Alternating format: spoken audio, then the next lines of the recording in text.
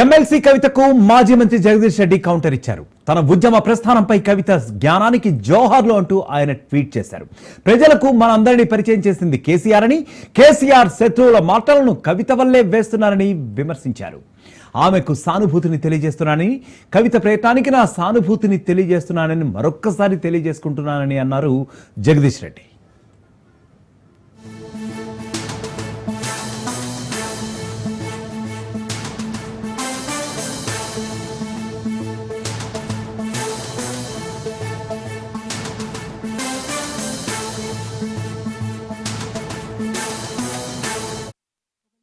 నాయకుడు నల్గొండలో బీఆర్ఎస్ పార్టీని నాశనం చేసిన ఒక లిల్లీపుట్ నాయకుడు ఆమెవరు ఈమెవరు అని మా గురించి మాట్లాడుతూ ఉన్నారంటే మరి ఆయనకు ప్రోత్సాహం ఇస్తున్నది ఎవరో కూడా ప్రజలు ఆలోచించుకోవాలి. ఇవాళ నల్గొండ జిల్లాలో ఒక సీటు కూడా రాలే. ఆయన సీటు సావు తప్పి కన్నులొట్టవైన చందంగా చివరి నిమిషంలో అనుకోకుండా గెలిచినటువంటి సీటు. ఎన్నడూ ప్రజా ఉద్యమాలు చేయలే. కేసీఆర్ గారు లేకపోతే మరి నువ్వెవరు? అది కూడా ఆలోచించుకోవాలి కదా. కేసీఆర్ గారు లేకపోతే బీఆర్ఎస్ పార్టీలో ఉన్న ఏ నాయకుడైనా ఎవరు? ప్రజలకు మనందరినీ పరిచయం చేసింది కేసీఆర్ గారే కదా. మనలో మనం కన్ఫ్యూజన్ ఉన్నప్పుడు ఇష్టం వచ్చినట్టు మాట్లాడుకోవచ్చా? ఈ లిల్లీపుట్ నాయకుడు మాట్లాడంగానే ఇంకో చిన్న పిల్లగాడు నిన్నగాక మొన్న మా పార్టీలోకి వచ్చిన వాళ్ళు కూడా ఎటుపడితట్టు మాట్లాడు. అసలు ఎవరు మీరు? మీకు తెలంగాణ ఉద్యమంతో సంబంధం ఏంది? బీఆర్ఎస్ అధికారంలోకి వచ్చినాక బీఆర్ఎస్లోకి వచ్చి పదవులు పొంది ఉల్టా నా మీదనే మాట్లాడతారా మీరు? మేము ఉద్యమం చేసిందే మీ మీద కదా. చిన్న పిల్లగానిలా ఉండు బాబు. నువ్వు పెద్దవాళ్ళ విషయాల్లో తలదూర్చకు, తెలియని విషయాల్లో అసలే తలదూర్చకు. నీ వెనకాల చాలా మంది ఉన్నారు అని అనుకుంటున్నావేమో. వాళ్ళ సంగతి కూడా ప్రజలకు వస్తుంది, తెలుస్తుంది. ఎప్పుడో ఒకసారి అన్ని బయటపడతాయి. ఒక ఆవేదనతో చెప్తున్నా, నేను ఉట్టిగా చెప్తలేను. రాజకీయం చేయొచ్చు కానీ ఇంత నీచంగా ఒక ఇంటి ఆడబిడ్డ మీద ఇటువంటి మాటలు మీరే అనిపించి స్పందించకుండా ఉంటారా? రైట్. కవిత మాటలకు గుంట్లకండ్ల జగదీశ్వర్ రెడ్డి ఏమన్నారో ఒకసారి చూద్దాం. మాజీ మంత్రి సూర్యాపేట ఎమ్మెల్యే జగదీష్ రెడ్డి మనతో ఉన్నారు, మాట్లాడదాం. సార్, ఈరోజు ఎమ్మెల్సీ కవిత మీ పైన చేసిన వ్యాఖ్యలు ఎందుకు చేశారని మీరు అనుకుంటున్నారు? అసలు ఏం జరిగింది? పాపం కన్ఫ్యూజ్ అయ్యారేమో అనుకుంటున్నాను నేను. ఎందుకంటే ఈ మధ్యకాలంలో ఒకరిద్దరు మిత్రులు అప్పుడప్పుడు ఏదైనా ఇంటర్వ్యూలో కావచ్చు, విలేకరుల సమావేశంలో కావచ్చు, నన్ను వారికి సంబంధించిన విషయాన్ని ప్రస్తావించారు. ఏమనుకుంటున్నారు, చర్చ ఏం చేస్తున్నారు పార్టీలో అంటే, మేము ఎప్పుడేం చర్చ చేయలేదు. మీరు ఇంతసేపు ఈ ప్రశ్న అడిగి కూడా ఉదయం ఇంత సమయాన్ని కూడా మేము ఎప్పుడు వెచ్చించలేదు, ఆ సమస్య గురించి చర్చించలేదు అని చెప్పిన. ఎప్పుడైనా కదా చర్చ చేయలేదు కాబట్టి చేయలేదని చెప్పిన. నేను చర్చించిన విషయాలు చెప్పిన. మేము ఎప్పుడు కేసీఆర్ దగ్గర పోయినా కాళేశ్వరం నీళ్ళ గురించి చర్చ చేసినాం, రైతులు ఎదుర్కొంటున్న సమస్యల గురించి చర్చ చేసినాం, బంక చర్యలను ఎట్లా ఆపాలనే విషయంలో చర్చ చేసినాం, రైతాంగం యూరియా సమస్య గురించి చర్చ చేసినాం. వీటిపైన మాత్రమే చర్చించడం, ఆ విషయాల్లో చెప్పిన. నేను చర్చించిన విషయం గురించి మీరు ఎంతసేపు మాట్లాడినా సమయం వృధా అనే విషయం చెప్పిన. అందులో సందేహం ఏం లేదు. ఇక మీరు ఇప్పుడు నా గురించి వెళ్ళి మాట్లాడుతున్నారు కదా, నా ఉద్యమ ప్రస్థానానికి సంబంధించి ఇంకేదో కొన్ని వ్యక్తిగతమైన మాటలు ఏదో వారు మాట్లాడినారు నా గురించి వెళ్ళి, కొన్ని పదాలు ఉపయోగించినారు అనేది కదా మీ అందరిది. ఓకే, ఇక నా ఉద్యమ ప్రస్థానానికి సంబంధించి వారికి ఉన్న జ్ఞానానికి నా జోహార్లు. నేనేంది అనే విషయం ఇక పదాలు అంటారా?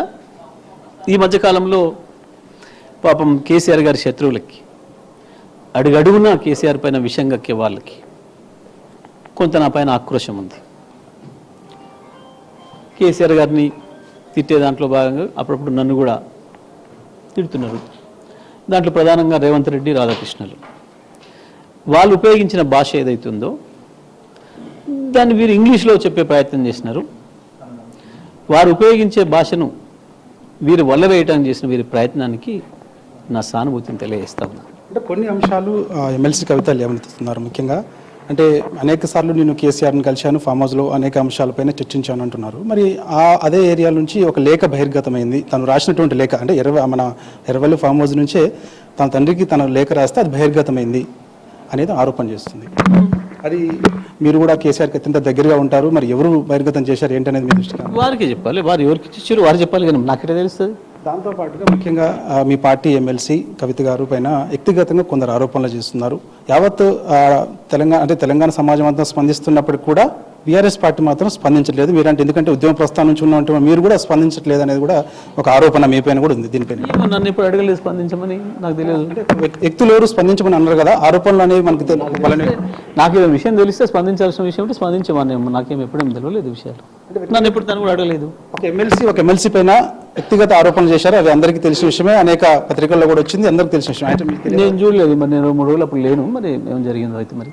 అంటే పార్టీలో జరుగుతున్న విషయాలు, మీ పార్టీలో జరుగుతున్న విషయాలు మీ దృష్టికి రావట్లేదా? కొన్ని రావు, అన్ని రావాలని ఏముంది, కొన్ని రావు. ఉమ్మడి నల్గొండ జిల్లాలో ఏం జరుగుతుంది సార్? పార్టీకి కొంత నష్టం జరుగుతుంది అక్కడ ఉన్నటువంటి మాజీ మంత్రి వల్ల అనేది కూడా ఆరోపణ చేశారు ఎమ్మెల్సీ కవిత గారు మీ పైన. ఏంటి సార్, ఉమ్మడి నల్గొండ జిల్లాలో మొత్తం 12 నియోజకవర్గాలు ఉండగా 11 నియోజకవర్గాల్లో ఓటమి పాలైంది పార్టీ అనేది కూడా ఆరోపణ చేశారు. అవును, ఓడిపోయింది, నిజమే కదా, దాంట్లో అబద్ధం ఏముంది. కొంతమంది వాళ్ళు కూడా ఓడిపోయారు పార్టీ టికెట్లు తీసుకొని, మరి వాళ్ళని అడగపోయారు ఆ విషయం. సూర్యాపేట కూడా ఏదో మేము సాగు తప్పి కన్నులు ఒట్టపోయినట్టుగా కూడా గెలిచాము తప్ప అది కూడా ఓడిపోయే వాళ్ళం కూడా. ఒట్టపోయే నేను గెలిచిన, అసలు ఓడిపోయిన విషయం అడగపోయినావు అంటే ఏంటి సార్? మరి ఇప్పుడు ఎమ్మెల్సీ కవిత గారు చేసిన వ్యాఖ్యల పట్ల మీ పార్టీ ఏ విధంగా స్పందిస్తారు? అసలు పడుచుకునే పని లేదని చెప్పిన, అప్పుడు కూడా చెప్పిన, ఇప్పుడు కూడా చెప్తున్నా. నేను ఈ స్పందించిన ఇదే ఎక్కువ. అంటే కవిత గారి వ్యాఖ్యలపైన కేసీఆర్ గారితో చర్చిస్తారు. నేను ఎన్నడూ పట్టించుకోలేనని మాట్లాడలేదని చెప్పిన, ఇప్పుడు కూడా మాట్లాడలేదు. ఇలా పట్టించుకోకుండా ఉండడం, వ్యాఖ్యలు చేయడం అంతా పార్టీకి కొంత నష్టం జరుగుతుంది కదా. ఏమి నష్టం జరగదు, మీకు ఏమైనా నష్టం జరుగుతుందో చూసుకోవాలి. అంటే పార్టీలో చర్చనీయాంశంగా మారినప్పుడు, ఎందుకంటే మీరు చాలా సీనియర్ నాయకులు, కేసీఆర్ గారు ఉంటున్న అత్యంత సన్నిహితులు మీరు సార్, కాబట్టి ఇలాంటి వ్యాఖ్యల పట్ల పార్టీకి నష్టం జరుగుతుంది, స్పందించుకుంటే ఏం పెద్ద మేము అంత స్పందించాల్సిన విషయం అంటే స్పందిస్తాం కదా. ఇప్పుడు స్పందించిన కదా దాని మీద, ప్రస్తుతానికి ఇంతవరకు చాలు. అంటే ఏంటి సార్, అంటే కవిత చేసిన వ్యాఖ్యల పట్ల మీరు అంటే ఎవరున్నారు? స్పందించిన ఇప్పుడు కవిత మీపై చేసిన వ్యాఖ్యల పట్ల దీని వెనక ఎవరున్నారు? దాని వెనక గొరకాలేదు, దానికి ఇంకొక ఉండాలా ఈ స్పందనకి, దీని కొరకు, ఈ మాటల కొరకు. ఉద్యమ ప్రస్థానం గురించి కూడా ఆమె మీ పైన స్పందించినా కదే వేసుకోండి. ఎమ్మెల్సీ కవిత చేసినటువంటి వ్యాఖ్యలు ఏవైతే ఉన్నాయో నా పైన, సో అవి ముఖ్యంగా ఉమ్మడి నల్గొండ జిల్లాలో పార్టీ ఓటమికి గెలుపుకైనా నేనే బాధ్యుని తప్ప మిగతా పరంగా చూసుకుంటే మాత్రం వ్యక్తిగతంగా ఆమె పైన చేసిన వ్యాఖ్యలు ఏవైతున్నాయో కొందరు ఎమ్మెల్సీ చేశారని చెప్పేసి కూడా అంటున్నారు. సో నా దృష్టికి రాలేదని చెప్పేసి కూడా అంటున్నారు.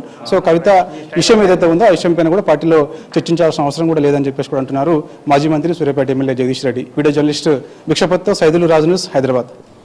Right Saidulu, thank you.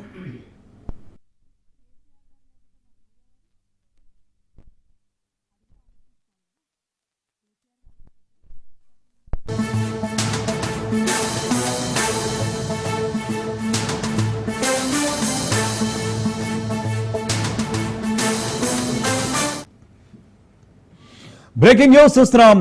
Kaleshwaram project నివేదికపై Telangana ప్రభుత్వం అధ్యయనం చేయనుంది. సీఎం రేవంత్ రెడ్డి వద్దకు చేరింది పీసీ ఘోష్ రిపోర్ట్. 650 పేజీలకు పైగా ఉన్న ఈ రిపోర్టును క్షుణ్ణంగా అధ్యయనం చేయనుంది సర్కార్. రిపోర్టుపై అధ్యయనం చేసేందుకు ప్రభుత్వం ఒక కమిటీని కూడా నియమించినట్లుగా తెలుస్తోంది. కమిటీలో ఇరిగేషన్ శాఖ ముఖ్య కార్యదర్శి Rahul Bojja, GAD principal secretary Naveen Mittal, న్యాయశాఖ సెక్రటరీ రెడ్ల తిరుపతి కూడా సభ్యులుగా ఉన్నట్లుగా తెలుస్తోంది. సాయంత్రం ఉత్తమ్ కుమార్ రెడ్డికి కమిటీ రిపోర్టును అందజేయనుంది. సీఎం రేవంత్ వద్దకు రిపోర్టు తీసుకెళ్లనున్నారు మంత్రి ఉత్తమ్ కుమార్ రెడ్డి. రేపు జరగబోయే కేబినెట్ మీటింగ్లో కూడా ఈ రిపోర్టుపై బహువిధాలుగా చర్చలు జరిగే అవకాశం ఉన్నట్టుగా కూడా తెలుస్తోంది. రిపోర్ట్ను అసెంబ్లీలో చర్చిస్తే ఎలా ఉంటుంది అన్న దానిపై కేబినెట్లో చర్చించే ఛాన్స్ కూడా ఇప్పుడుంది.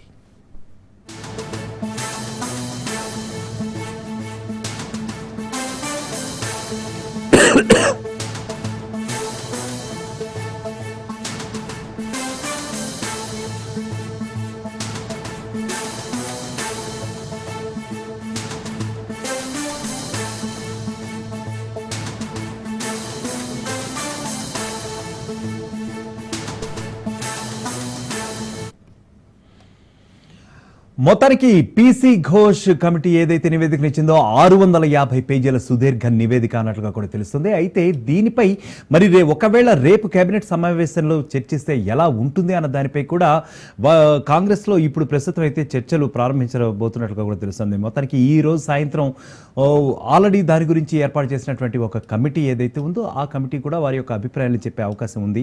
సో దాన్ని బట్టి ఇదే 650 పేజీల రిపోర్ట్ ఏదైతే ఉందో దానిని రేపు కేబినెట్లో ప్రవేశపెట్టి దానిపై చర్చ మొదలు పెట్టాలా లేదా అన్న దానిపై కూడా ఒక ఎస్ ఆర్ నో కొన్ని వాదనలు అయితే వినపడుతున్నాయి. మరి చూడాలి. సో దీనిపై మరింత సమాచారం మా ప్రతినిధి ఎస్ రాజు అందిస్తారు. రాజు, ముఖ్యంగా చెప్పండి, యాక్చువల్గా ఈ 650 పేజీల సుదీర్ఘమైనటువంటి నివేదిక అంటున్నారు. ముఖ్యంగా అందులో ఏముంది అని చెప్పి సర్వత్రా రాజకీయ వర్గాల్లో అయితే ఉత్కంఠ నెలకొన్నటువంటి పరిస్థితి అయితే ఉంది. ముఖ్యంగా కేబినెట్లో దీని గురించి చర్చించే అవకాశం ఉందా? మీ దగ్గర ఉన్న అప్డేట్ ఏంటి? 16 నెలల సుదీర్ఘ ఏదైతే విచారణ తర్వాత జస్టిస్ పినాకి చంద్రఘోష్ తన నివేదికను రాష్ట్ర ప్రభుత్వానికి అందజేయడం జరిగింది. కాళేశ్వరం ప్రాజెక్టుకు సంబంధించినటువంటి ఏదైతే డిజైన్ల నుంచి మొదలుకొని అది పూర్తయిన తర్వాత అది ఏ విధంగా దానికి ఉంగుబాటు కారణమైంది అనేటువంటి అన్ని విషయాలను కూడా కూలంకషంగా చర్చించి 119 మందిని కూడా సుదీర్ఘంగా విచారించి వారి నుంచి అఫిడవిట్ వారిని క్రాస్ ఎగ్జామినేషన్ చేసి వారి దగ్గర నుంచి సమాచారాన్ని జస్టిస్ పిసి ఘోష్ రాబట్టడం జరిగింది. వాళ్ళందరూ చెప్పిన వివరాలను కూడా ఆయన ఒక రిపోర్ట్ను అయితే తయారు చేయడం జరిగింది. 650 పేజీలటువంటి సుదీర్ఘ ఏదైతే రిపోర్టును ఆయన తయారు చేయడం జరిగింది. ఆయన తయారు చేసి జూలై 31వ తేదీన రాష్ట్ర ప్రభుత్వానికి అందజేయడం జరిగింది. అయితే ఆ రిపోర్టుపై అధ్యయనం చేయడానికి రాష్ట్ర ప్రభుత్వం ఒక కమిటీని నియమించడం జరిగింది. త్రిసభ్య కమిటీ, 3 సభ్యులతో కూడినటువంటి కమిటీని నియమించడం జరిగింది. ఆ కమిటీ ఇప్పటికే ఒక ముసాయిదాను తయారు చేసి ఆ యొక్క రిపోర్టుకు సంబంధించి సారాంశాన్ని రాష్ట్ర ప్రభుత్వానికి అందజేయడానికి సిద్ధమైంది. ఈరోజు సాయంత్రం 6:30 మంత్రి ఉత్తమ్ కుమార్ రెడ్డికి ఈ యొక్క త్రిసభ్య కమిటీ తన ముసాయిదా ఏదైతే రిపోర్టును అందివ్వబోతా ఉంది. ఈరోజు మంత్రి ఉత్తమ్ కుమార్ రెడ్డి అదేవిధంగా ఈ 3 సభ్యులతో కూడినటువంటి కమిటీ, ఈ 4 కూడా దీనిపై చర్చించబోతా ఉన్నారు. ప్రధానంగా రాష్ట్ర ప్రభుత్వం నుంచి మంత్రి ఉత్తమ్ కుమార్ రెడ్డి ఆ కమిటీ నుంచి మరిన్ని వివరాలను కూడా తెలుసుకునే అవకాశం కనిపిస్తూ ఉంది. ఆ 650 పేజీల నివేదికలో ఏముంది, అదేవిధంగా ఎట్లాంటి విషయాలు ఉన్నాయి, ప్రధానంగా కాళేశ్వరం ప్రాజెక్టుకు సంబంధించి డిజైన్లలో లోపాలు ఉన్నాయా, లేదంటే ఆ తర్వాత దాన్ని ప్రాజెక్టు కట్టేటప్పుడు ఎట్లాంటి విధానాలు అవలంబించారో అప్పటి ప్రభుత్వ పెద్దలు కావచ్చు, అదేవిధంగా ఇటు టెక్నికల్ అంశాలు కావచ్చు, ఇంజనీర్లు కానివచ్చు, సో ఎట్లాంటి పొరపాట్లు చేశారో దానికి కుంగడానికి గల కారణాలు ఏమిటి అనే అన్ని విషయాలను కూడా జస్టిస్ పిసి ఘోష్ తన నివేదికలో పొందుపరిచినట్టుగా కూడా తెలుస్తూ ఉంది. అదేవిధంగా ఎస్టిమేషన్ల పెంపు, డిజైన్ల మార్పు, అదేవిధంగా దాని యొక్క క్వాలిటీ కంట్రోల్ విషయంలో కానివచ్చు, ఇతర అంశాలలో కానివచ్చు, నిబంధనలు పాటించారా లేదా, ఒకవేళ పాటించకుంటే ఎవరు పాటించలేదు అనే విషయాలన్నింటినీ కూడా కూలంకషంగా జస్టిస్ పిసి ఘోష్ తన నివేదికలో పొందుపరిచినట్టుగా కూడా తెలుస్తూ ఉంది. ఈ సారాంశాన్ని అంతా కూడా రాష్ట్ర ప్రభుత్వానికి అందజేయబోతా ఉన్నారు ఈరోజు త్రిసభ్య కమిటీ సభ్యులు. ఈ త్రిసభ్య కమిటీ సభ్యుల్లో 3 ఉన్నారు. ఈ 3లో మనం చూసుకున్నట్టయితే ఇరిగేషన్ శాఖ ప్రిన్సిపల్ సెక్రటరీ రాహుల్ బొజ్జా, అదేవిధంగా GAD principal secretary Naveen Mittal, న్యాయశాఖ సెక్రటరీ కూడా ఇందులో సభ్యులుగా ఉన్నారు. ఈ 3 సభ్యులతో కూడినటువంటి కమిటీ మంత్రి ఉత్తమ్ కుమార్ రెడ్డికి పలు సూచనలు కూడా చేయబోతా ఉన్నారు. ప్రధానంగా జస్టిస్ పిసి ఘోష్ ఏదైతే కమిషన్ రిపోర్టులో రాష్ట్ర ప్రభుత్వానికి కొన్ని సూచనలు కూడా చేసినట్టుగా కూడా తెలుస్తూ ఉంది. ఎందుకంటే ఎవరిని బాధ్యులు చేశారో, ఒకవేళ బాధ్యులుగా ఎవరిని చేశారో వారిపై ఎట్లాంటి చర్యలకు రాష్ట్ర ప్రభుత్వం తీసుకోవాల్సి ఉంటుంది అన్న అంశాలను కూడా ఆయన రిపోర్ట్లో వివరించినట్టుగా కూడా తెలుస్తూ ఉంది. ఆ విషయాలన్నింటినీ కూడా ఈరోజు రాష్ట్ర ప్రభుత్వానికి త్రిసభ్య కమిటీ సభ్యులు కూడా మరొకసారి వివరించబోతా ఉన్నారు. రేపు కేబినెట్ సమావేశం ఉంది కాబట్టి రేపు కేబినెట్ సమావేశంలో ప్రత్యేకంగా ఈ కాళేశ్వరం కమిషన్కు సంబంధించి రిపోర్టు చర్చించేందుకే కమిటీ రేపు ఏదైతే కేబినెట్ సమావేశం నిర్వహించబోతా ఉన్నారు కాబట్టి అందుకు సన్నాహక సమావేశంగా రేపు చర్చించబోయే అంశాలను, కాళేశ్వరం రిపోర్టుకు సంబంధించి అంశాలన్నింటినీ కూడా ఈరోజు కమిటీ సభ్యుల నుంచి తీసుకొని మంత్రి ఉత్తమ్ కుమార్ రెడ్డి రేపు కేబినెట్ సమావేశంలో చర్చించబోతా ఉన్నట్టుగా కూడా తెలుస్తూ ఉంది. దీనికి సంబంధించి రాష్ట్ర ప్రభుత్వం ఈ యొక్క రేపు కేబినెట్ సమావేశంలో చర్చించిన తర్వాత ఎట్లాంటి ముందడుగు వేయబోతా ఉంది, ఒకవేళ బాధ్యులను తెలిస్తే వారిపై ఎట్లాంటి చర్యలు తీసుకుంటుంది, క్రిమినల్ చర్యలు తీసుకుంటుందా లేదంటే ఎట్లాంటి చర్యలు తీసుకుంటుందా అని చెప్పేసి కూడా రాష్ట్ర వ్యాప్తంగా ఒక ఉత్కంఠ అయితే కొనసాగుతున్నటువంటి పరిస్థితి కనిపిస్తూ ఉంది. ఈ రోజు 6:30 త్రిసభ్య కమిటీ సభ్యులు మంత్రితో భేటీ కాబోతా ఉన్నారు. రేపు మంత్రివర్గ సమావేశంలో కూడా దీనిపై చర్చించి రాష్ట్ర ప్రభుత్వం ఒక నిర్ణయం తీసుకునే అవకాశం కనిపిస్తూ ఉంది. యజ్ఞ రైట్ రాజు, థ్యాంక్ యూ. మొత్తానికి కాళేశ్వరం మీద గత కొద్ది రోజులుగా జరుగుతున్నటువంటి కొన్ని రాజకీయ పరిణామాల నేపథ్యంలో, అలాగే దాని యొక్క భద్రతా ప్రమాణాలు, నాణ్యత ప్రమాణాలు, వీటన్నింటిపై కూడా అనేక రకాలైనటువంటి ప్రశ్నలు సంధిస్తున్నటువంటి ఈ నేపథ్యంలో మరి రేపు జరగబోయే కేబినెట్ మీటింగ్లో ఈ రిపోర్టుపై చర్చించే అవకాశం ఉందా? ఒకవేళ ఉంటే కనుక ప్రతిపక్షాలని ఏ విధంగా అధికార పక్షం నిలదీయబోతోంది, ఏ అంశాలపై ప్రశ్నించబోతోంది, ఈ రకాలైనటువంటి ప్రశ్నలు అన్నీ కూడా లేవనెత్తే అవకాశం ఉందా అని చెప్పి ఒక ఉత్కంఠభరితమైనటువంటి జరిగినటువంటి పరిణామం అయితే ప్రస్తుతం అక్కడ కనిపిస్తున్నట్లుగా తెలుస్తోంది.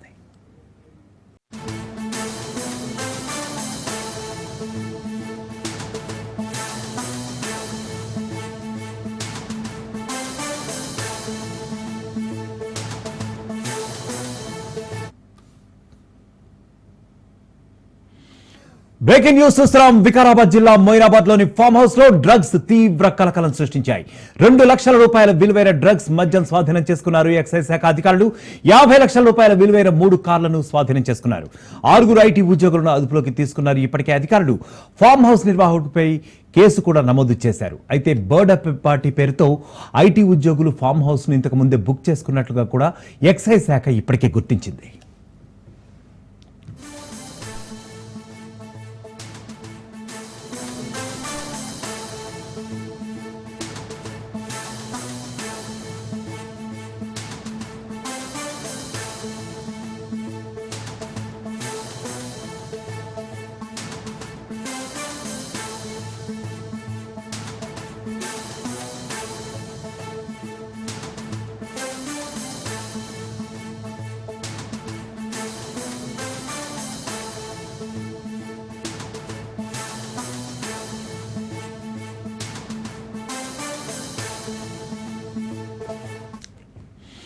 రైట్, ఇక్కడ విజువల్స్ లో చాలా క్లియర్ గా చూస్తున్నాం. 2 లక్షల రూపాయల విలువైన డ్రగ్స్ మద్యాన్ని స్వాధీనం చేసుకున్నారు అధికారులు. దానికి సంబంధించిన ఫోటోగ్రాఫ్స్ అండ్ విజువల్స్ కూడా చాలా క్లియర్ గా మనం రాజ్ న్యూస్ స్క్రీన్ పై చూస్తున్నాం. సో ఎక్సైజ్ శాఖ అధికారులు 50 లక్షల రూపాయల వరకు విలువ ఉంటుంది. ఒక 3 కార్లని ఇప్పటికే స్వాధీనం చేసుకున్నాము.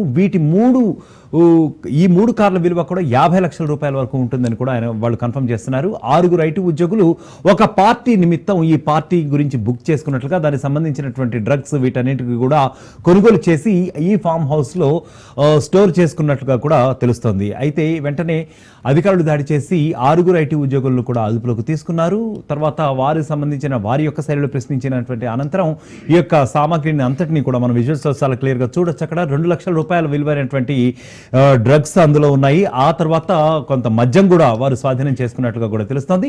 సో ఇప్పటికే ఎక్సైజ్ శాఖ అధికారులు దీని గురించి మరింత ఆరా తీస్తున్నట్లుగా, ఎవరైతే కస్టడీలోకి తీసుకున్నారో వాళ్ళందరినీ పిలిపించి వారందరితో కూడా మాట్లాడుతున్నట్టుగా, మరింత ఎంక్వైరీ చేస్తున్నట్టుగా కూడా తెలుస్తోంది. ఇక దీనిపై సమాచారం మా ప్రతినిధి పవన్ అందిస్తారు. పవన్, ముఖ్యంగా చెప్పండి, యాక్చువల్గా ఇటీవల ఈ రేవ్ పార్టీ కల్చర్ అనుకోండి, లేదంటే డ్రగ్స్ కలకలం అనుకోండి, ఎక్కడో చోట ముఖ్యంగా నగర శివారు ప్రాంతాల్లో కనిపిస్తూనే ఉంది. సో ఈ ఘటనపై మీ దగ్గర ఉన్నటువంటి అప్డేట్ ఏంటి?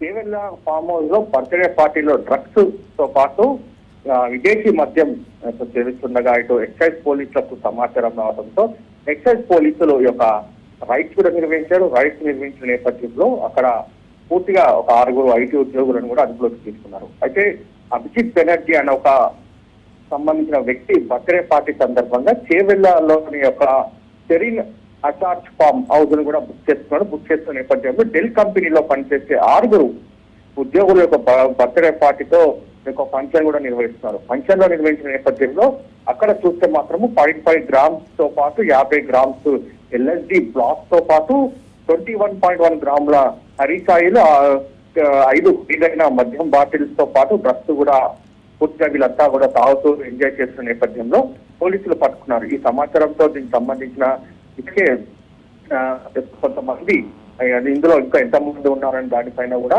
ఆరా తీస్తున్నారు. మొత్తానికి వీరు వినియోగిస్తున్న 50 లక్షలకు విలువగల యొక్క 3 కార్లతో పాటు 5 సెల్ ఫోన్స్ ను కూడా స్వాధీనం చేసుకున్నారు.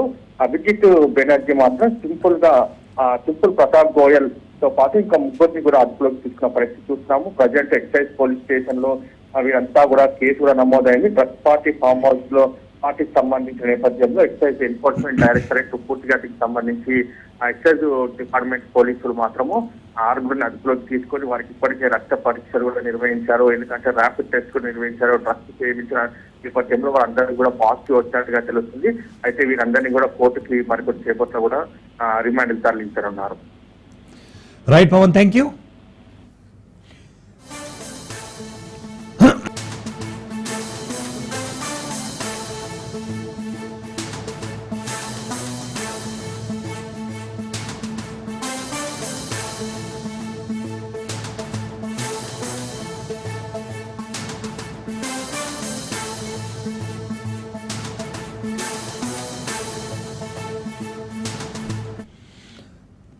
బ్రేకింగ్ న్యూస్ చూస్తున్నాం. వైసీపీపై మంత్రి సత్యకుమార్ యాదవ్ ఫైర్ అయ్యారు. ఏడాది కూటమి పాలనపై ఎక్కడికైనా చర్చకు సిద్ధమన్నారు తాము. త్వరలో జరిగే అసెంబ్లీ సమావేశాలకు వచ్చి ప్రజా సమస్యలపై జగన్ చర్చించగలడా అని ఆయన సూటిగా నిలదీశారు. లిక్కర్ కుంభకోణంలో అసలు సూత్రధారి జగన్ అనే త్వరలోనే అరెస్టు కానున్నారంటూ కూడా ఆయన హాట్ కామెంట్స్ చేశారు. కోట్లాది రూపాయల డబ్బులు లెక్కిస్తూ వీడియోలు బయటపెడితే ఏ తప్పు చేయలేదని నాటకాలు ఆడుతున్నారని ఆయన చెప్పుకుంటూ వచ్చారు. చెవిరెడ్డి భాస్కర్ రెడ్డికి, మిథున్ రెడ్డిలకు ఉత్తమ నటుడి అవార్డులు ఇవ్వాలంటూ కూడా ఆయన ఎద్దేవా చేసినటువంటి పరిస్థితి ఉంది.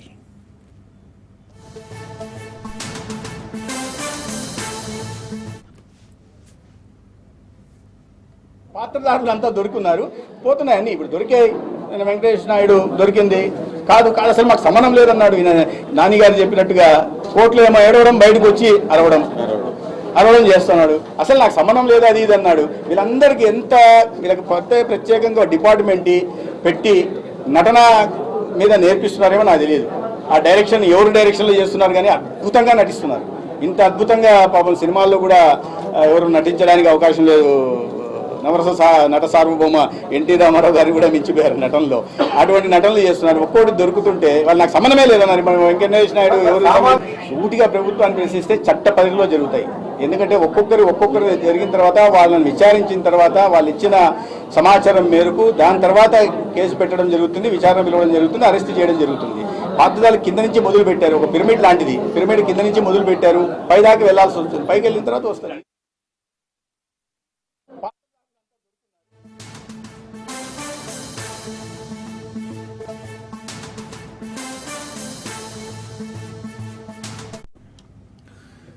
రైట్, మొత్తానికి చూస్తే వైసీపీపై ఏపీ మంత్రి సత్యకుమార్ యాదవ్ ఫైర్ అయ్యారు.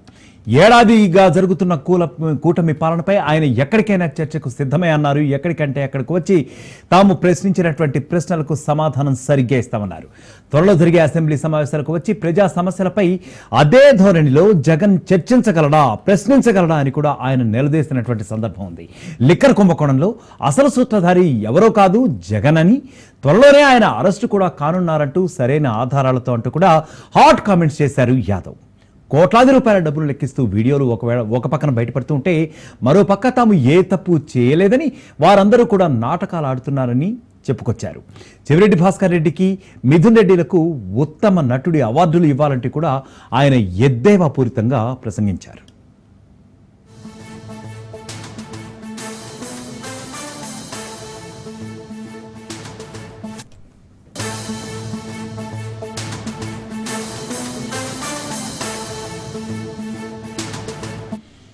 బ్రేకింగ్ న్యూస్ చూస్తున్నాం. నల్గొండ జిల్లా తిరుమలగిరిలో వివాహేతర సంబంధం కొనసాగిస్తున్న జంటకు గ్రామస్తులందరూ కలిసి పట్టుకుని దేహ శుద్ధి చేశారు.